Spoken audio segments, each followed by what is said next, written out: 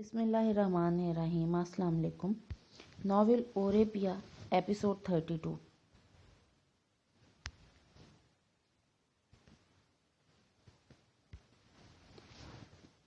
یہ سب کیا ہے؟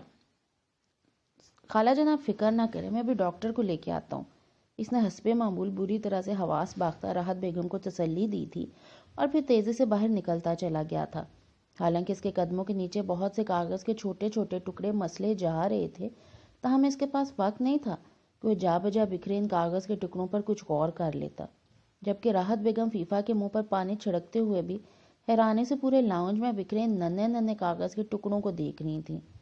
اسی پل پڑوس سے ایک عورت اور بچہ آ گیا تھا۔ یہ سب کیا ہے؟ وہ لاؤنج کی ابتر حالت اور جا بجا بکھرے کاغذات کو دیکھ کر اپنا تجسس چھپا نہیں پائی تھیں۔ ارے آپ کو نہیں پتا؟ پڑوس سے آئی عورت نے تحیر کے مارے ناک پر انگلی رکھ کر کہا۔ راحت بیگم کا بے اختیار سر نفی میں ہلتا چلا گیا۔ بہن جی، عفیفہ کو اس کے شوہر نے طلاق نامہ بھجوا دیا۔ ہائے ہائے، چند دنوں کے بیاہی کے ماتھے پر داغ سج گیا۔ وہ سہیل کو کوسے جا رہی تھی، جبکہ راحت بیگم تو ٹھنڈی ٹھار ہو کر رہ گئی تھی، اور لاؤنج کے دروازے میں کھڑا شاہ نواز بھی حد تک بکھری بکھری سی اس ہوش سے بیگانہ لڑکی کو دیکھے جا رہا تھا، جس کی مانگ کے سارے ستارے ٹوٹ ٹوٹ کر گر گئے تھے اور اس کے سیاہ بالوں والے سر پر ذلتوں کی دھول اڑنے والی تھی۔ ادھر پڑوسن کہے جا رہی تھی، سنا ہے اس کے شوہر نے بدکرداری کے الزام میں عفیفہ کو طلاق دی ہے، تبھی تو ماں بھی صدمے سے مر گئی۔ ایک تیز آندھی کے بگولوں میں ذلتوں کی گرد اڑ رہی تھی، اڑتی جا رہی تھی، اور اس کی چبھن نے کئی آنکھوں کو زخم زخم کر دیا تھا۔ سہیل سے مجھے یہ امید نہیں تھی، اتنا کان کا کچا مرد۔ راحت بیگم سہیل کو غائبانہ کوس چکنے کے بعد اب ٹھنڈی ہو کر بیٹھ گئی تھیں۔ شاہ نواز ڈاکٹر کو اس کے کلینک تک چھوڑنے کے لیے گیا تھا۔ فیفا کی طبیعت اب قدرے بہتر تھی اور خود پر ٹوٹنے والی قیامت کا سارا متن منون سنا کے گویا تھک کر بیٹھ گئی تھی۔ آنکھیں بھی آنسو بہا بہا کر خشک ہو چکی تھی۔ میں اب تمہیں یہاں نہیں رہنے دوں گی، سامان سمیٹو، میرے ساتھ چلو، وہ گویا فیصلہ کر چکی تھی۔ عفیفہ نے کچھ چونک کر راحت بیگم کی طرف دیکھا۔ وہ ایک دم بے حد مضطرب ہو گئی تھی۔ مگر مامی، میں کیسے جا سکتی ہوں؟ یہ گھر کی دیکھ بھال کون کرے گا؟ میرا وہاں رہنا کسی بھی طرح سے مناسب نہیں۔ کیوں مناسب نہیں؟ وہ خفگی سے سر جھٹک کر رہ گئی۔ کمرے لاک کرو، ضروری سامان بیگ میں بھرو اور اٹھو، میں تمہیں لیے بغیر ہرگز نہیں جاؤں گی۔ وہ گویا پختہ ارادہ کر چکی تھی۔ ویسے بھی وہ تو پہلے ہی عفیفہ کے تنہا اتنے بڑے گھر میں رہنے کے حق میں نہیں تھی، مگر انہیں عفیفہ کے اصرار اور ضد کی وجہ سے ماننا ہی پڑا تھا، تاہم وہ بالکل بھی اسے اس محلے اور گھر میں اب رہنے نہیں دینا چاہتی تھی۔ اٹھ بھی چکو، رات گہری ہو رہی ہے، شاہ نواز کو بھی دیر ہو جائے گی۔ ان کے اصرار بلکہ ضدی انداز پہ بالآخر عفیفہ کو اٹھنا ہی پڑا۔ جلدی جلدی ضرورت کی چیزیں اکٹھے کرتے کرتے 1.5-2 گھنٹے گزر گئے تھے، اور ساتھ ساتھ راحت بیگم کی فکر بھی بڑھتی جا رہی تھی۔ ابھی تک شاہ نواز نہیں آیا۔ انہوں نے کوئی 10ویں دفعہ یہی بات دہرائی تھی، بھلا عفیفہ اس بات کا کیا جواب دیتی؟ بس اس بات میں سر ہلا کے سامان سمیٹتی رہی۔ ذرا فون تو کرو، نہ جانے کہاں رہ گیا ہے۔ وہ بے حد فکر مند بھی تھی۔ نمبر بتائیں؟ وہ خاموشی سے موبائل اٹھا لائی۔ نمبر تو مجھے یاد نہیں، انہوں نے پرسوچ انداز میں عفیفہ کی طرف دیکھ کر کہا تھا۔ اسی اثنا میں شاہ نواز بولتا ہوا چلا آیا۔ خالہ جان، آج کی پوری رات کیا تیمارداری ہی کرنا ہے؟ واپس جانے کا کیا ارادہ نہیں ہے؟ لو جی، الٹا چور کوتوال کو ڈانٹے، خود نہ جانے کہاں رہ گئے تھے، ہم تو کب سے انتظار میں بیٹھے ہیں۔ وہ شاہ نواز کو دیکھ کر کھل اٹھی تھی۔ کیسا ذمہ دار بچہ ہے، لینے بھی آ گیا، انہوں نے دل سے سوچا۔ ہیں بھلا کون چور؟ شاہ نواز چونکا۔ آپ نے مجھے چور کہا؟ ہائے خالہ جان، آپ سے تو یہ امید نہیں تھی، آپ نے تو مجھے چور بنا دیا۔ ہائے، جن پر تکیا تھا وہی پتے ہوا دینے لگے۔ توبہ ہے شاہ نواز، راحت بیگم بے اختیار ہنس پڑی۔ میں نے تو محاورہ بولا ہے، لو سمجھ گیا، پہلے وضاحت کر دیتی، میرا 1.5 پاؤ خون تو نہ جلتا۔ شاہ نواز نے گویا ٹھنڈی سانس بھری۔ ان کے لیے چائے لاؤں؟ وہ اجازت طلب نظروں سے راحت بیگم کی طرف دیکھ رہی تھی۔ اب گھر ہے، مہمان کو بغیر چائے پانی کے بھیجنا بد اخلاقی کے زمرے میں آتا تھا۔ مہمان بھی ایسا جو ڈاکٹر کو بھی لائے اور اس کے علاوہ دوائیاں وغیرہ بھی اپنے پاس سے لایا تھا۔ ضرور لے آئیے، نیکی کرنے سے پہلے پوچھتے نہیں۔ ویسے میں چائے پیتا تو نہیں، آپ اگر اصرار کرتی ہیں تو پی لوں گا۔ اس سفید جھوٹ پر راحت بیگم ہکا بکا رہ گئی۔ شاہ نواز تو لیٹر کے حساب سے چائے پیتا تھا، ہر آدھے گھنٹے بعد اسے چائے کی طلب ستانے لگتی تھی۔ تم نے چائے پینا چھوڑ دیا بیٹا؟ وہ سادگی سے پوچھ رہی تھی۔ بس خالہ جان، کوشش کر رہا ہوں، پہلے آدھے گھنٹے بعد پی لیا کرتا تھا، اب 39 منٹ بعد پیتا ہوں۔ کوشش یہی ہوتی ہے کہ 1.5 کپ چائے پیوں، پورے 2 کپ نہ ہی پیوں، مگر پھر رہا نہیں جاتا۔ اس کا لہجہ راحت بیگم سے بھی زیادہ سادگی لیے ہوئے تھا اور فیفا کو اس بلا کی سادگی میں بے اختیار ہنسی آئی تھی۔ چائے کی اس نشئی کے لیے وہ فل سائز مگ بھر کے لائی تھی، جسے پکڑتے ہوئے شاہنواز کی آنکھوں سے تشکر چھلک پڑا۔ آپ تو اپنی مزاج آشنا لگتی ہیں۔ وہ سینے پہ ہاتھ رکھے سر کو تھوڑا خم دے کر بولا۔ کہاں رہ گئے تھے تم؟ میں تو پریشان ہی ہو گئی تھی، راحت بیگم نے چائے کی چسکی بھرتے ہوئے پوچھا۔ اپنے دوست کے گھر چلا گیا تھا، میں نے سوچا آپ کھل کر رفیفہ سے دکھ سکھ کر لیں، میرے سامنے تو یہ جھجک کا شکار رہیں گی۔ وہ بڑے سلیقے کے ساتھ گفتگو کسی بھی طرف موڑ سکتا تھا۔ ویسے میری بات کا غصہ مت کیجیے گا، یہ بات میں پورے خلوص کے ساتھ کہہ رہا ہوں۔ کسی بھی کام کو خود پر اس حد تک طاری نہیں کر لیتے کہ زندگی بوجھ ہی لگنے لگے۔ کوئی کیا جانے کیسے کیسے گھاؤ لگی ہیں بچی کے ناتواں دل پہ۔ راحت بیگم اب دیدہ ہو گئی تھی۔ وقت کی تیز آندھی کیا کچھ اڑا کر لائے گی، کوئی کچھ بھی نہیں بگاڑ سکتا، نہ آندھیاں نہ طوفان، بس کنڈیشنز کو بدلنے کا خود میں حوصلہ ہونا چاہیے۔ بیسٹ ٹروتھ یہ ہے کہ زندگی نہ تو کسی کے مر جانے سے ختم ہوتی ہے، نہ ہمیشہ کے لیے چھوڑ دینے سے۔ میں آپ کی اپنی ذات خاص ہے، کسی اور کے لیے نہ صحیح، آپ کے اپنے لیے، اور اس زندگی کو رب تعالیٰ کی امانت کہا جاتا ہے، اور اس کی حفاظت آپ کے اولین ترجیح ہونے چاہیے۔ جو آپ کی ذات کو انکلین کر گیا، جس نے آپ کو ڈی گریڈ کیا، اس کے دیے گئے زخم کو یاد رکھنا در حقیقت آپ کی سب سے بڑی ناکامی ہے۔ آپ کو ایک دفعہ پھر سے انرجیٹک ہونا پڑے گا۔ عام طور پہ ایسے حالات کا شکار خواتین خود کو سائیکی کیس بنا لیتی ہیں۔ یہ آپ کے اپنے ساتھ سب سے بڑی ناانصافی ہے۔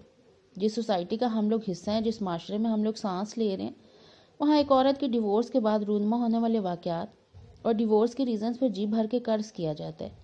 خود کو ایک دفعہ پھر سے ہرے بھرے ماحول میں فیل کیجئے۔ یوں سمجھے کہ آپ کے ساتھ کچھ بھی انہونا یا غیر معمولی نہیں ہوا۔ آپ ایک دفعہ پھر سے خود کو تازہ سمجھیں گی۔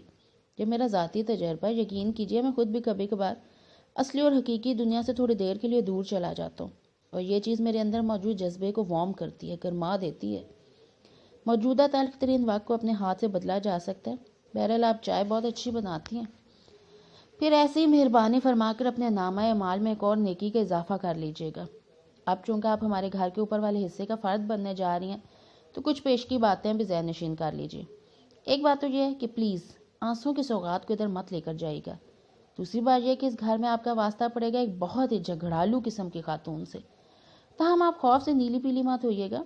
ان خاتون کے تمام ڈیفرنسز اور ڈسپیوٹس میرے ذات کے ساتھ کنیکٹڈ ہے۔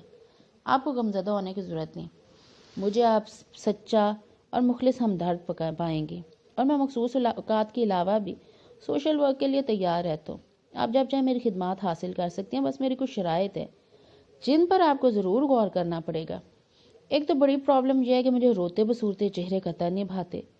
دوسرا مسئلہ یہ ہے کہ میں زبردستی کا مہمان بھی بن جاتا ہوں، جو اوپر والے حصے کے مکین تو مجھے برداشت کر ہی لیتے ہیں۔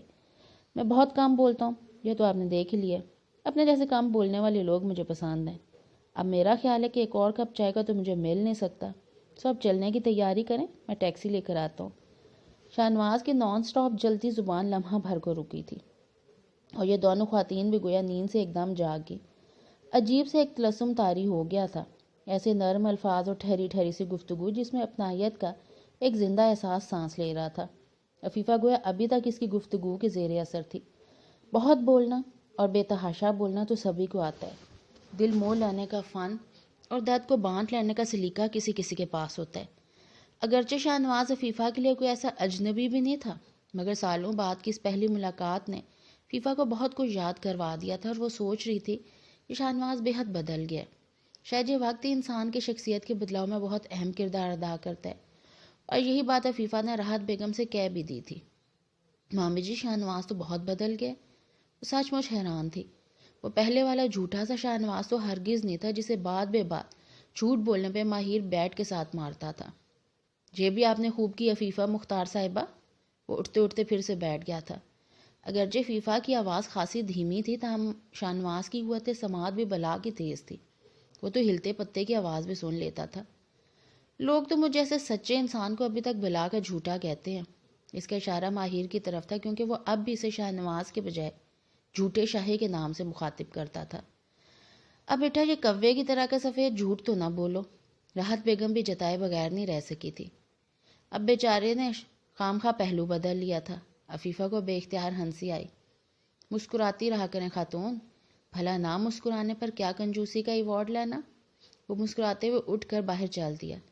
عفیفہ راحت بیگم کی طرف اس کے نکلتے متوجہ ہو گئی تھی۔ مامی جی، شاہنواز کیا واپس آ گیا ہے؟ تو اور کیا، اس کا اپنا گھر ہے۔ اس کے سوال کا متن سمجھے بغیر اس بات میں سر ہلانے لگی۔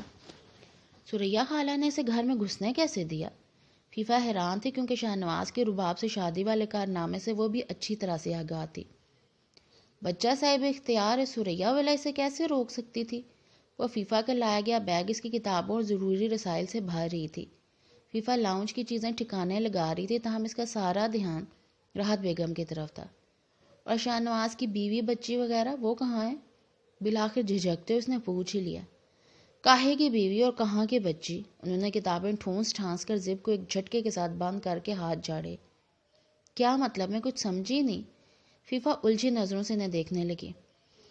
بھئی شاہنواز نے جھوٹ بولا تھا میں ثریا کو تپانے کے لیے، نہ کوئی رباب ہے اور نہ ہی رباب کا کوئی وجود ہے۔ انہوں نے خاصی دلچسپی کا مظاہرہ کرتے ہوئے سارا قصہ فیفا کے گوش گزار کیا تھا، اور ساتھ ساتھ وہ فیفا کے دھیان بٹ جانے پر شکر بھی ادا کر رہی تھی۔ میں تو سمجھ رہی تھی کہ شاہنواز بدل گیا، جھوٹ بولنا چھوڑ چکا ہے، مگر دیکھیے جی، میں جھوٹ ہرگز نہیں بولتا۔ اس معاملے میں مجھے بدنام ہرگز نہ کیجیے گا۔ وہ لاؤنج میں داخل ہو رہا تھا، پھر اس نے بیگ اٹھا کر کندھے پر ڈال لیے۔ جھوٹ تو بولتے ہیں میرے دشمن، جن کا ازل سے میرے ساتھ بیر ہے۔ اسکوٹر کی چابی گھٹنے کے نیچے چھپا کر صاف مکر جاتے ہیں۔ اس کا اشارہ ثریا خالہ کی طرف تھا۔ عفیفہ نے غور کیا تو اسے اندازہ ہوا تھا۔ شاہنواز نے سیل کان سے لگا رکھا تھا اور ان سے بات کرنے کے ساتھ ساتھ فون پر بھی مصروف تھا۔ بس ابھی آ رہا ہوں۔ کیوں پریشان ہونے کی ایکٹنگ کر رہی ہیں؟ کہیں والد بزرگوار آپ کے پاس تو نہیں بیٹھے ہوئے؟ یقیناً دوسری طرف ثریا جہاں تھی، تبھی تو شاہنواز کے لبوں سے مسکراہٹ ہٹ نہیں رہی تھی۔ نہ جانے دوسری طرف مزید کیا ارشاد کیا گیا تھا۔ شاہنواز نے مسکراتے ہوئے آف کا بٹن دبا دیا۔ آئیے خواتین، ٹیکسی آپ کے منتظر ہے۔ مامی جی، مجھے آپ سے کچھ کہنا ہے۔ وہ ایک دم مضطرب سی ہو گئی تھی۔ شاہنواز بھی چونک گیا۔ فیفا کی نظریں کالے اور نیلے رنگ کے بیگز پر تھیں۔ اس کا دل ایک دم ہی مٹھی میں آ گیا۔ بولو نہ، چپ کیوں ہوگی؟ مامی جی، اگر آپ کو برا نہ لگے تو میں سویرے آ جاؤں، بس ایک رات کی بات ہے۔ میں خود کو بھی ذہنی طور پہ تیار کر لوں گی۔ اس کا لہجہ التجائیہ قسم کا تھا۔ آنکھوں کی نمی اور آواز کا بوجھل پن شاہنواز کو محسوس ہوا۔ راحت بیگم کچھ کہنا چاہتی تھی جب شاہنواز ایک دم بول پڑا۔ خالہ جان کو کیوں برا لگے گا؟ ایک رات کی تو بات ہے، ہم آپ کا سامان لے چلتے ہیں اور صبح سویرے میں آپ کو لینے کے لیے آ جاؤں گا۔ کل تک کے لیے اللہ حافظ۔ چلیے خالہ جان۔ وہ بیگز اٹھا کے باہر نکل گیا۔ اب مزید کچھ کہنے کی گنجائش کہاں رہی تھی؟ سو راحت بیگم عفیفہ کو پیار کرنے کے بعد دروازہ بند کرنے کی تاکید کر کے چلی گئی تھی، اور ادھر گویا فیفا کے ضبط کی تمام تنابیں چھوٹ گئی تھی۔ وہ پھوٹ پھوٹ کر روئی اور پھر روتی ہی چلی گئی۔ کوچ کا وقت قریب تھا اور مسافر کو بالآخر سفر کے لیے نکلنا ہی تھا۔ اس گھر کے مانوس در و دیوار سے جڑی یادیں سمیٹے وہ بیتے کال کو یاد کر رہی تھی۔ اس کی سوچیں آج کی شام کے ارد گرد بھی گھوم رہی تھی، اور شاہنواز کی کئی باتوں نے اس کے دل میں اچھا مقام بنایا تھا۔ اس نے سچ ہی کہا تھا، کھیل تماشے جیسے زندگی میں کچھ بھی انہونا یا غیر معمولی نہیں ہوتا۔ ہاں، ہمارے دکھ اور غم کی نوعیت ضرور مختلف ہوتی ہے۔ زندگی کی یہ لمبی طویل دوڑ کبھی سورج کی تپش لے آتی ہے، کبھی غموں کے بارش بن کے برسنے لگتی ہے، اور کبھی خوشی کا ساون بن جاتی ہے۔ تو پھر کیوں نہ وقت کو صبر، سکون اور برداشت کے ساتھ برتا جائے۔ مختصر سے لمحے وقت کا ایک طویل ترین دور تشکیل دیتے ہیں، چاہے یہ دور غم کی المناک کہانی سے جڑا ہو یا خوشیوں کا بیانبر بنتا رہے۔ وقت کی ہر چال اور کروٹ تجربات کا ایک نیا باب، ایک نیا سبق کھولتی ہے، اور بغیر کسی چاہ اور خوشی کی اس چال کا شکار بھی ہونا پڑتا ہے۔ اس کے دل میں تو ایک محبت رات کی رانی کی طرح تھی، رات کو مہک کی طرح، محبت کی طرح مہکتی یہ پھلواری صبح کو یوں ہر شے سے بے نیاز اور بیگانہ ہو جاتی تھی، اپنی خوشبو تک کے خود میں چھپا کر ہوا ہو جاتی، مگر رات کے کئی پیر اس خوشبو کے ہر آنسو، ہر دکھ، ہر غم کے گواہ تھے۔ اس محبت کی خوشبو کئی لوگوں کو چونکا کر بھی رکھ دیتی تھی۔ ہاں، اگر کوئی بے خبر تھا، انجان تھا، لاپرواہ تھا، تو صرف اور صرف ماہر عالم تھا، جو کسی اور کا نصیب کیا بنا تھا۔ عفیفہ مختار نے اسے دل سے، نظر سے، یاد سے، حتیٰ کہ سوچ تک سے نکال دیا تھا۔ اسے سوچنا بھی وفا کی نہ جانے کون سی گھڑی تھی، اسے نہ سوچنا بھی وفا کی نہ جانے کون سی کڑی تھی، مگر شرط وفا کے ایک ایک حرف پہ وہ ایمان رکھتی تھی۔ محبوب کو بغیر اس کی مرضی سے چاہنا بھی وفا کے اصولوں کے خلاف تھا، اور عفیفہ مختار تھی کہ اصولوں پر جان دیتی تھی۔ عفیفہ مختار اس لحاظ سے خود کو خوش قسمت سمجھتی تھی کہ اس نے بہتی چاندنی جیسے دل میں چھپی خاموش محبت کا جنون نہیں بننے دیا تھا۔ بھلا محبت کے جنون کا روپ کس نے دیا؟ کون محبت اور عشق کے سرحدوں کراس کیے جنون کی راہ کے مسافر بنی تھی؟ کس نے دل کی سرزمین کو عرب کے تپتے صحراؤں کی ریت سے لبالب بھر لیا تھا؟ کون تھی؟ کہاں تھی؟ کس نگر، کس جہاں میں تھی؟ کس بر اعظم کو آباد کیے تھی؟ وہ بھلا کون تھی؟ زباریہ درانی، اور بھلا کون؟ رات کے رانی کے لہجوں میں سناٹوں کا بڑا گہرا شور تھا۔ عفیفہ مختار گویا سر سے پیر تک پتھر ہو گئی تھی۔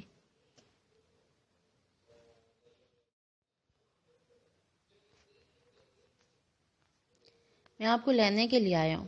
وہ اپنے وعدے کے عین مطابق صبح صبح دروازے پر کھڑا تھا۔ عفیفہ کے پاس نہ تو اب کوئی بہانہ تھا اور نہ ہی کوئی جائے فرار، سو وہ خاموشی کے ساتھ بغیر بحث و تکرار میں پڑے بیگ ہاؤس میں چلی آئی تھی، اور شاہ نواز نے نہ جانے کتنی مرتبہ اسے یقین دہانی کروائی تھی کہ وہ راحت بیگم کے اصرار پر اسے لینے کے لیے آیا تھا۔ وہ خاموشی سے اس کے تمام تر گفتگو سنتی رہی تھی۔ سفر کے دوران بھی اس کی چپ نہیں ٹوٹی تھی۔ گھر میں داخل ہونے کے پہلے مرلے میں عفیفہ گڑبڑا کر رہی تھی۔ سامنے سریہ خالہ بڑے خطرناک تیور لیے کھڑی تھی، اور عفیفہ پورے وثوق سے کہہ سکتی تھی کہ خالہ سریہ اپنی عادت کے عین مطابق اس کی شکل بھول چکی تھی۔ حالانکہ کئی مرتبہ نفیسہ بیگم کی وفات کے بعد بھی وہ عفیفہ کے گھر میں آتی رہی تھی، مگر اس وقت ان کے تیور خاصے خطرناک تھے۔ وہ دہائیاں دیتی سخت مشتعل ہو رہی تھی۔ اب کس کو اٹھا کر گھر لے آئے ہو میری جان کے عذاب؟ عفیفہ کو دیکھ کر تو وہ غش کھانے کو بے قرار ہو رہی تھی۔ شاہ نواز گاڑی گیراج میں کھڑی کر کے ہی اندر آیا تھا۔ ادھر سریہ جہاں لال ہری ہو رہی تھی۔ پہلے رباب کا ہوا سر پر سوار رہتا تھا، اور اب یہ نہ جانے کون سے مجسم بلا ان موجود تھی۔ وہ غش نہ کھاتی تو اور کیا کرتی؟ یہ کس کو ساتھ لائے ہو؟ کون ہے یہ بے شرم عورت؟ کیسے دیدہ دلیری سے میرے گھر میں گھس آئی ہے؟ وہ تو گویا رو دینے کو تھی۔ شاہ نواز کی دھمکیاں اس وقت حقیقت کا روپ دھارے سامنے تھی۔ روزانہ ہی تو انہیں جلاتا تھا کہ کسی دن ہاتھ سے پکڑ کر کسی کو ساتھ لے آؤں گا، بس آپ دیکھتی رہ جائیں گی۔ وہ سچ مچ دیکھتی رہ گئی تھی جب تیزی سے بیرونی سیڑھیاں اترتی حریم اندر داخل ہوئی تھی۔ ادھر عفیفہ کی بھی گویا جان میں جان آئی تھی، اور شاہ نواز ہنوز مسکرائے جا رہا تھا۔ خالہ جی، یہ عفیفہ ہے، نفیسہ پھپھو کی بیٹی۔ حریم کے تعارفی جملے نے جہاں سریہ جہاں کو شرمندگی کے مارے پانی پانی کر دیا۔ وہ جو ہتھیاروں سے لیس تھیں ایک دم سے خاموش ہو گئیں، اور پھر اپنی شرمندگی مٹانے کے غرض سے کچھ سوچ کر اٹھی تھی۔ عفیفہ کے سر پر ہاتھ پھیر کر نرمی سے بولی، معذرت چاہتی ہوں بیٹی، بس پہچان نہیں پائی۔ حالانکہ پہلے بھی دیکھ رکھا ہے تمہیں، بس یہ میرا ناہنجار بیٹا کوئی سیدھی بات نہیں بتاتا۔ ادھر آؤ، یہاں بیٹھو میرے پاس۔ وہ خلوص دل سے اسے اپنے پاس بٹھا رہی تھی۔ حریم بھی عفیفہ سے ملنے کے بعد بیٹھ گئی تھی۔ تبھی سریہ جہاں شکوہ کنہ انداز میں بولی، چلو اسی بہانے حریم بھی نیچے آ گئی۔ کبھی نہیں اس نے نیچے کا چکر لگایا۔ سارا دن تنہا خود سے باتیں کرتی رہتی ہوں یا ان دیواروں سے، کبھی زیادہ دل گھبراتا ہے تو اوپر چلی جاتی ہوں۔ میں تو کہتی ہوں خالہ جان اب آ بھی بہو لے ہی آئی ہے، گھر میں کچھ رونق تو ہو جائے گی۔ حریم نے بھی مخلصانہ مشورہ پیش کیا۔ شاہ نواز کو کچن میں کھڑے کھڑے ہنسی آ گئی۔ خالہ جان کو اپنی راج دہانی کی تقسیم کہاں گوارا ہے خاتون، بہو کے نام پر تو انہیں تاپ چڑھ جاتا ہے۔ اور سن لو، سریہ جہاں کو فیفا کے سامنے کڑوا سچ خاصا کھلا تھا۔ مجھے کیا ضرورت ہے تاپ چڑھانے کی، تم ایک چھوڑ 10 لے آؤ۔ رہی بات راج دہانے کی، تو یہ کون سا محل سے رہا ہے؟ اوپر والا حصہ تو کب کا ماہر خرید چکا، نیچے والا پورشن اور یہ درختوں سے بھرا جنگل جیسا صحن ہے، جتنی مرضی لیتے آؤ اور سب کو کسی نہ کسی درخت کے تنے سے باندھتے جانا۔ انہوں نے گویا کان پر سے مکھی اڑائی تھی۔ ابھی کچھ دیر پہلے غلط فہمی میں فیفا کو دیکھ کر وہ آگ بگولا ہو رہی تھی، اور اب وہ خیر سے صاف مکر چکی تھی۔ ادھر حریم کچھ چونک سے گئی تھی۔ ماہر کے اوپر والا پورشن خرید چکے ہیں؟ اگر ایسی کچھ بات تھی تو انہوں نے مجھے کیوں نہیں بتایا؟ صرف حیران ہی نہیں بلکہ خوش بھی ہو رہی تھی۔ بھلا اس سے اچھی بات کیا ہو سکتی تھی کہ وہ اپنے گھر میں سے نکل کر اپنے ہی گھر کے چھت تلے رہائش پذیر تھے۔ منو بوجھ تھا جو دھیرے دھیرے اس کے کندھوں سے خود بخود سرک گیا تھا۔ نہ جانے کیوں وہ لمحوں میں ہلکی پھلکی سی ہوگی۔ اماں حضور وہ میری بیویاں ہوں گی، باڑے کی بھیڑ بکریاں نہیں کہ انہیں درختوں کے تنوں سے باندھتا پھیروں گا۔ شاہ نواز بلینڈر کا جگ اٹھائے باہر آ گیا تھا، ہاتھ میں 2-3 گلاس بھی پکڑ رکھے تھے۔ کم از کم ٹرے میں رکھ کر ہی لے آتے، وہ ٹوکے بنا نہیں رہ سکی تھی۔ آپ آم کا شیک پئیں، ایٹیکیٹس کی طرح توجہ دلانے کی ضرورت نہیں۔ 2 گلاس لبالب بھر کے فردن فردن حریم اور عفیفہ کو دینے کے بعد ثریا جہاں کو پکڑانے کے بعد بولا۔ اب اس کا سارا دھیان عفیفہ کی طرف تھا جو گلاس پہ نظر جمائے بالکل خاموش اور ساکت بیٹھی تھی۔ عفیفہ کو اوائل عمری میں خاموشی کا سانپ تو نہیں سونگ گیا؟ ارے میں تو اس طرح خاموش اگر بیٹھ جاؤں تو میرے جبڑے دکھتے رہ جائیں۔ تجھے تو مسخریاں ہی سوچتی ہیں، تو کیا جانو بچی بیچاری پہ کیسے کیسے پہاڑ ٹوٹے ہیں۔ ثریا جہاں کا لہجہ خود بخود رکت زدہ ہو گیا۔ تو بچی نے خود پر کیوں پہاڑ ٹوٹنے دیے؟ اللہ نے عقل اور فہم سے اسی لیے نوازا ہے تاکہ بندہ سوچ سمجھ کر قدم اٹھائے۔ پہاڑوں سے اندھا دھند سر چکرانے کے بعد خود ہی پاش پاش ہونا تھا نا۔ بہت سادہ سے انداز میں بہت گہری بات کہہ رہا تھا۔ میرے بھائی تقدیر اور نصیب کا لکھا کوئی نہیں بدل سکتا، نہ مٹانے کی قدرت رکھتا ہے۔ حریم نے ٹھنڈی سانس بھر کے گلاس خالی کر دیا تھا۔ اب وہ اٹھنا چاہ رہی تھی، کچن میں کافی بکھراوا بکھرا تھا۔ آج فیفا کے لیے اس نے لنچ میں خاصا اہتمام کر رکھا تھا، سو اسی سلسلے میں تیاریاں کر رہی تھی۔ اس دیسی انگریز کو بھلا کیا بتاتی ہو؟ انہوں نے تعصب کا برملا اظہار کیا۔ ادھر دیسی انگریز اس طرز تخاطب پہ اچھل ہی پڑا۔ فیفا کی وجہ سے جو شائستگی کا مظاہرہ کیا جا رہا تھا وہ چولا بھی اتار پھینکا تھا۔ اماں جان، نہ تو میں دیسی ہوں نہ میں ولایتی ہوں۔ آپ 2 خوبصورت خواتین کے سامنے مجھے ڈی گریڈ کرنے کی کوشش مت کریں، ورنہ آپ اچھی طرح سے جانتی ہیں کہ ادھار رکھنے کا میں کبھی بھی قائل نہیں رہا ہوں۔ مہمان بچی کو نا پہلے ہی روز اپنی اصلیت دکھا دو، انہوں نے اسے شرم دلانے کی کوشش کی تھی۔ آپ کی اطلاع کے لیے عرض کرتا ہوں کہ مہمان بچی اپنے دودھ کے دان گرنے کے وقت سے مجھے جانتی ہے، میری اصلیت کوئی ڈھکی چھپی نہیں ہے۔ کیوں عفیفہ، ذرا اماں کو بتاؤ نا۔ شاہ نواز نے براہ راست کب سے سر جھکائے بیٹھی عفیفہ کو مخاطب کیا تھا، مقصد صرف اسے اپنی طرف متوجہ کرنا تھا۔ سمجھ رہا تھا کہ فیفا ابھی تک اپنا گزشتہ زندگی کے بوجھ تلے دبی اس وقت یہاں موجود نہیں تھی۔ مجھ سے کچھ کہا ہے شاہ نواز؟ ایک دم گڑبڑا کے شاہ نواز کی طرف متوجہ ہوئی تھی، پھر اپنی بے اختیاری پہ خود ہی شرمندہ بھی ہوگی۔ کہنا تو آپ سے بہت کچھ ہے، مگر کیا کروں، خوف زدہ ہوں، ڈرا ہوا ہوں، کہہ نہیں پاتا۔ یاد ہے کہ تمہیں ایک دفعہ کچھ کہنے کی کوشش کی تھی اور تم نے جا کر ماہر سے شکایت لگا دی اور اس خبیث اعظم نے مار مار کے میرا بھرکس نکال دیا تھا۔ بس اس دن سے لڑکیوں کو میں نے کچھ خاص کہنا چھوڑ دیا ہے۔ وہ بھی تو شاہ نواز تھا، بغیر جھجکے ہر بات منہ پر دے مارنے والا، اور نہ جانے ماضی کے کون سے قصے پھر سے اس نے گرد جھاڑی تھی۔ تم فیفا بیچاری تو شرم سے پانی پانی ہوگی۔ ثریا جہاں اور حریم کی موجودگی نے اسے بے تحاشا شرمندہ کر دیا تھا۔ تم آج بھی کمینے، منہ پھٹ اور جھوٹے ہو شاہ نواز۔ وہ گویا دانت پیس کر رہ گئی۔ فیفا کو یاد ہو نہ ہو، مگر مجھے اور بیگ صاحب کو اچھی طرح سے تمہارا کارنامہ یاد ہے۔ تمہاری اس کارگزاری کی بدولت ہم لوگ اپنا کالونی والا مکان چھوڑ کر ادھر کوٹھی خرید کے شفٹ ہوئے تھے۔ ثریا جہاں کو بھی اسے تپانے کا موقع مل گیا۔ حریم مسکراتے ہوئے اٹھ گئی تھی۔ فیفا بھی اس کی پیروی میں اٹھ گیا، حالانکہ ثریا جہاں میں مزید نشست چاہتی تھی۔ تاہم عفیفہ کا یہاں مستقل قیام کا سوچ کر مطمئن ہوگی، اور یہ محض 20-21 دن بعد کا واقعہ تھا۔ اس روز موبی پر پھر سے دورے کی کیفیت طاری ہوگی، مگر مسئلہ صرف یہ تھا کہ امی اور فیفا دونوں سو چکی تھی۔ ماہر بھی آفس ورک مکمل کرنے کے بعد سو چکا تھا۔ بس حریم نہ جانے کیوں عجیب سی بے کلی کے باعث سو نہیں پا رہی تھی۔ بیڈ روم میں گھٹن کے باعث وہ برآمدے میں آ کر بیٹھ گئی، جب تھوڑی دیر بعد عجیب سے گڑگڑاہٹ کی آواز نے حریم کو چونکا دیا۔ یہ آواز موبی کے کمرے سے آ رہی تھی۔ حریم تقریباً دوڑتی ہوئی کمرے میں آئی تھی۔ موبی بیڈ پر چت لیٹا آنکھیں بند کیے عجیب سی سرگوشیاں کر رہا تھا، تاہم اس کے سینے اور حلق سے گڑگڑاہٹ کا شور ابھر رہا تھا۔ موبی، حریم کے لبوں سے بے آواز جنبش کی، مگر موبی اسی طرح بے حس و حرکت پڑا رہا تھا۔ اس کی آنکھیں کھلی تھیں مگر وہ اس کی طرف دیکھ نہیں رہا تھا۔ اس کی نظریں تو نہ جانے کون کون سا منظر دیکھ رہی تھیں۔ بھابھی، موبی نے بغیر اس کی طرف دیکھے گویا سرگوشی کی تھی۔ شاید اس کے قدموں کی بے آواز چام سے اندازہ لگا چکا تھا کہ حریم ہی آئی ہے، مگر یہ حریم کی بھول تھی۔ وہ اس کے قدموں کی چاپ سے اندازہ نہیں لگا سکا تھا۔ وہ تو دل کی بند کھڑکی کو کھولے سارے دھندلے منظر دیکھے جا رہا تھا۔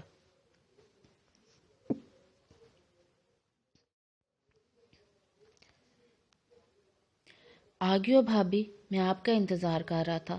آواز پہلے سے کچھ بلند تھی۔ حریم کی ریڑھ کی ہڈی تک میں سنسناہٹ دوڑ گئی۔ میرا انتظار؟ مگر کیوں؟ حریم اندر کے خوف کو چھپاتے ہوئے بولی، آپ کو کچھ بتانا ہے نا، کیا سنو گے میری بات؟ وہ اب بھی چھت کی طرف دیکھ رہا تھا اور اس نے ایک دفعہ بھی پلکوں کو جنبش نہیں دی تھی۔ ہاں ضرور سنوں گی، مگر یہ بتاؤ تمہاری طبیعت تو ٹھیک ہے نا؟ وہ دھک دھک دھڑکتے دل کو ٹپٹتے ہوئے کپ کپاتی آواز میں بول رہی تھی۔ پہلے تو ایک دفعہ دل میں خیال آیا تھا کہ موبی کو بھاڑ میں جھونکے خود اپنے کمرے میں بند ہو جائے، مگر پھر نہ جانے کون سی طاقت نے اسے روک لیا تھا۔ حریم خود کو بے بس سمجھنے لگی تھی اور پھر خود بخود پائنتی کی طرف بیٹھتی چلی گئی تھی۔ میری طبیعت کو کچھ بھی نہیں ہوا بھابھی، میں بالکل ٹھیک ہوں۔ مجھے بھلا کیا ہو سکتا ہے؟ میرے دل میں، میرے ارد گرد آس پاس جو رہتا ہے مجھے کچھ بھی نہیں ہونے دیتا۔ میں نے اسے دنیا کی ہر شے سے بڑھ کر محبت کی ہے، بھلا وہ مجھے کسی تکلیف میں مبتلا کر سکتا ہے؟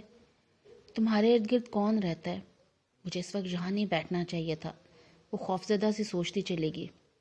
میرے ارد گرد جو رہتا ہے میں اسے عشق کی حد تک محبت کرتا ہوں، اور وہ مجھے وصال یار کے بھانبڑ جام بھر بھر کے پلاتا ہے۔ نیلی آنکھوں کے گوشے پانی سے بھیگ رہے تھے، بھیگتے جا رہے، مگر مجال ہے جو آنکھوں کی حفاظت پر معمور پلکوں نے ایک دفعہ بھی رخسار کو چومنے کی کوشش کی ہو۔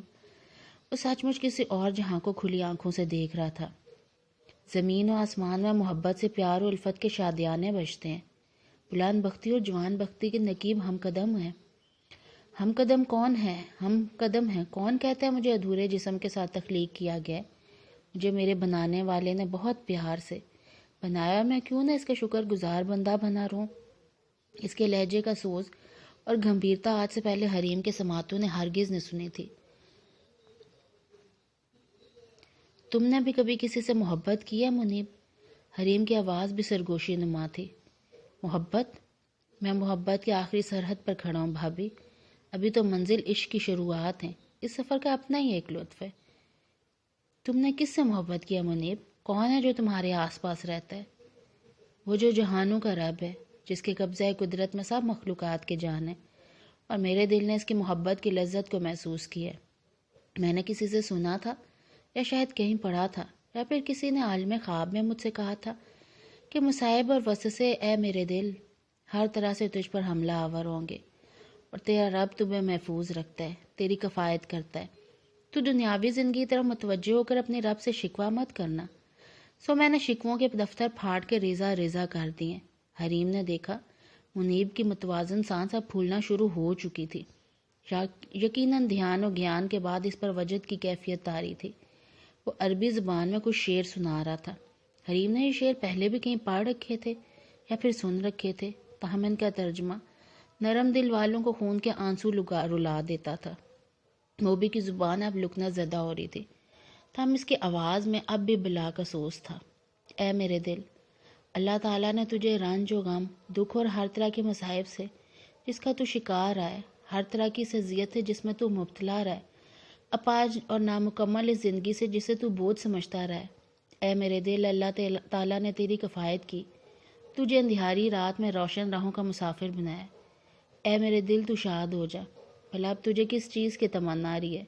تو غم کے آنسو نہ رو، تکلیف پر صبر کر۔ تجھے وحشتوں سے نکالنے والی ذات پاک موجود ہے جس نے تیری روح کو بھی پاک صاف کر دیا ہے، اور اے میرے دل، تجھے ہر طرح کے وسوسے سے آزاد کر دیا ہے۔ اے میرے دل، تو شام کا ستارہ ہے یا صبح پر نور کا سب سے روشن تارہ، جو آسمان کے ستاروں کی طرح جگمگاہٹ اور روشنی رکھتا ہے، اور جس کی تابناکی سے آسمان کے حسن میں اور بھی نکھار آ جاتا ہے۔ موبی اب خاموشی کی طرف گامزن ہو رہا تھا، مگر حریم کے لبوں پر مچلتے سوال اس کی خاموشی کے متحمل نہیں ہو سکتے تھے۔ موبی، میرے 2-3 سوالوں کا جواب دو گے؟ ہاں بولو نا۔ کھلی آنکھوں میں کوئی بھی ایسا تاثر تو ہرگز نہیں تھا جسے پڑھنے کے بعد حریم تھوڑا سے بھی مطمئن ہو جاتی۔ علم الیقین بھلا کیا ہوتا ہے؟ وہ بہت سادہ لہجے میں پوچھ رہی تھی، محض اس لیے کہ دنیاوی اور باقاعدہ طور پہ دینی تعلیم سے موبی ہمیشہ ناپلد رہا تھا۔ اس نے برائے نام علم حاصل کر رکھا تھا، اس کے پاس کوئی ایک بھی ڈگری نہیں تھی۔ حریم بس اس کے جواب سے اس کے موجودہ علمی کیفیت کا اندازہ لگانا چاہتی تھی۔ وہ دیکھنا چاہتی تھی کہ موبی کے شعور اور لاشعور میں علم کے معاملے میں کتنا فرق اور فاصلہ ہے۔ علم الیقین یعنی یقین کا علم۔ میں نہ کوئی مفتی ہوں، نہ عالم ہوں، نہ فاضل ہوں، نہ ہی مذہبی اسکالر ہوں۔ منیب عالم تو بہت حقیر سے ایک آدمی ہے، بلکہ آدمی کے مقام سے بھی بہت نیچے ہے، لیکن علم و یقین کا علم تو ضرور رکھتا ہے۔ یہ وہ علم ہے جو غور و فکر، سوچ بچار اور دلیل سے حاصل ہوتا ہے۔ ایک ہوتا ہے عین الیقین، یہ وہ یقین ہے جو بذریعہ کشف اللہ تعالیٰ کی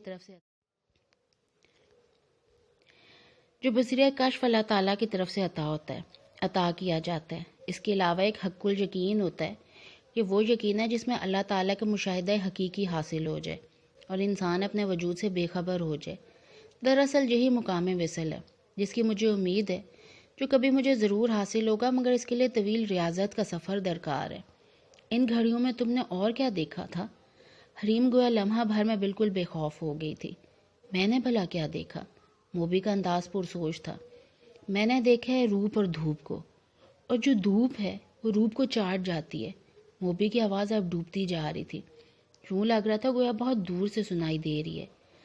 کانچ کے شہر کی داسی زنجیریں توڑی ہے، قسمیں توڑی ہے۔ اس کی آنکھوں میں ایک طوفان کی لہریں ہیں۔ اس طوفان کا اگر ایک بھی بگولا اٹھ گیا تو ہر شے تہس نہس ہو جائے گی۔ دعا کرو یہ آندھی کے تیز جھکڑ کسی اور سمت نکل جائیں، تمہارا دل اور تمہارا گھر محفوظ رہے۔ دعا کرنا بھابھی، محبت میں اگر کوئی دل ہار جائے تو اسے صبر آ جائے، اور جسے صبر نہیں آتا وہ جبر کی طرف مائل ہو جاتا ہے۔ اس کا دل سخت ہو جاتا ہے، پتھر ہو جاتا ہے، اور پتھر کسی کے درد کو محسوس نہیں کر سکتا۔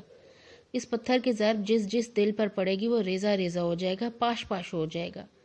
بعض لوگ محبت میں فنا ہو کر موم کی طرح نرم ہو جاتے ہیں، اور کچھ لوگ ایسے بھی ہیں جو محبت میں فنا ہو کر فولاد بن جاتے ہیں، اور پھر دوسروں کی خوشی اور شادمانے بھی قائم دائم نہیں رہنے دیتے، بس فنا کر دیتے ہیں۔ موبی کی آنکھیں اب خشک ہو رہی تھی، یوں نظر آتا ہے گویا ایک بنجر زمین ہے جس پر ہریالی کا دور دور تک نام و نشان نہیں ہے۔ موبی چپ کیوں ہو گئی؟ بولو نا۔ حریم کے پورے وجود میں بے چینیاں سے اتر گئی تھی۔ دل کی عجیب حالت تھی، نہ جانے کیوں اسے یوں محسوس ہو رہا تھا کہ جو کچھ موبی کی آنکھ دیکھ رہی ہے وہ سب کچھ اس کے ساتھ برتنے والا ہے، برتا جا رہا تھا۔ رنگین ملبوسات، پائل اور جھانجھریں ایک دفعہ پھر میرا دل گھوٹنے کے لیے میرے قریب قریب ہیں، بہت قریب آنے کی کوشش کر رہے ہیں، مجھے اپنے رنگ میں رنگنا چاہتے ہیں۔ اب موبی پر ہمیشہ والی غنودگی طاری ہو رہی تھی۔ وہ گہری پرسکون نیند سونا چاہتا تھا، اور جب اس نے پلکیں اچھی طرح سے موند لی تھی تب نیند اس پر مکمل طور پر حاوی ہو چکی تھی۔ تب حریم سنبھل کے اس کے قریب سے اٹھ گئی۔ باہر نکلنے سے پہلے اس نے موبی کے معصوم بے حد پرسکون چہرے کی طرف دیکھا تھا۔ عجیب سی روشنی نے اس کے چہرے کے گرد ہالہ سا بنا رکھا تھا۔ ہونٹ ایک دوسرے میں پیوست تھے، اور اٹھی ہوئی ستواں ناک کے قریب ننھا سا تل گویا مسکرا رہا تھا۔ لہریے دار بال پیشانے سے چپک گئے تھے۔ ابھی کچھ دیر پہلے وہ ایک قیامت کی منزل سے گزرا تھا۔ اس کا پورا وجود پسینہ پسینہ تھا۔ سفید رنگ کی شرٹ پسینے سے یوں تر تھی گویا بالٹی میں بھگو کر اس نے پہن رکھی تھی۔ یوں ہی حریم نے طائرانہ سی نظر کمرے کو دیکھا تھا۔ موبی کا مخصوص جائے نماز ایک کونے میں ہمیشہ کی طرح بچھا ہوا تھا، تسبیح بھی رکھی تھی۔ نہ جانے وہ نماز کب پڑھتا تھا؟ حریم نے تو آج تک اسے کبھی بھی نماز پڑھتے نہیں دیکھا تھا۔ ایسا ہی ایک جائے نماز پرانے گھر میں ایک کونے میں بچھا ہوا نظر آتا تھا۔ حریم نے پہلے بھی موبی کے کمرے میں بچھے اس جائے نماز کو دیکھ کر کوئی سوال نہیں کیا تھا، اور اب بھی اس گھر میں شفٹ ہونے کے بعد اس نے راحت بیگم کے کہنے پر جائے نماز موبی کے کمرے میں بچھا دیا تھا۔ ایک بوتل میں آب زمزم بھی رکھا ہوا نظر آتا تھا، مگر اس بوتل کا پانی بھی جوں کا توں تھا۔ موبی کا کمپیوٹر، کتابیں اور رسائل وغیرہ بھی رکھے تھے۔ اس کمرے میں ایسا کچھ بھی تو نہیں تھا جو موبی کو صوفی یا ولی ظاہر کرتا، مگر کچھ تو تھا اس میں جو سب سے انوکھا اور الگ لگ رہا تھا، غیر معمولی اور عجیب تر تھا۔ کچھ پوشیدہ تھا، کچھ ظاہر ہو رہا تھا۔ کچھ ایسے بھید بھی ہوتے ہیں جن پر سے کبھی پردہ نہیں اٹھایا جاتا، وہ راز ہمیشہ راز ہی رہتے ہیں، مگر حریم ان 5 چیزوں میں بری طرح سے الجھ رہی تھی۔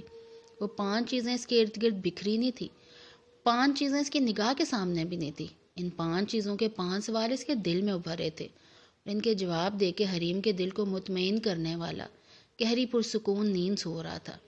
وہ منیب عالم سے وصل اور زہد کے بارے میں پوچھنا چاہتی تھی، وہ اس سے تکبر اور رضا کے بارے میں سوال کرنا چاہتی تھی، وہ جاننا چاہتی تھی کہ بقا اور فنا میں بھلا کیا فرق ہے، اور حریم ماہر عالم اس سے آخری سوال یہ پوچھنا چاہتی تھی، کانچ کے اس شہر کی قیدی بھلا کون ہے؟ کیا زباریہ درانی؟ اور اس کے ساتھ ہی ہوتا ہے ایپیسوڈ کا اینڈ۔ اللہ حافظ۔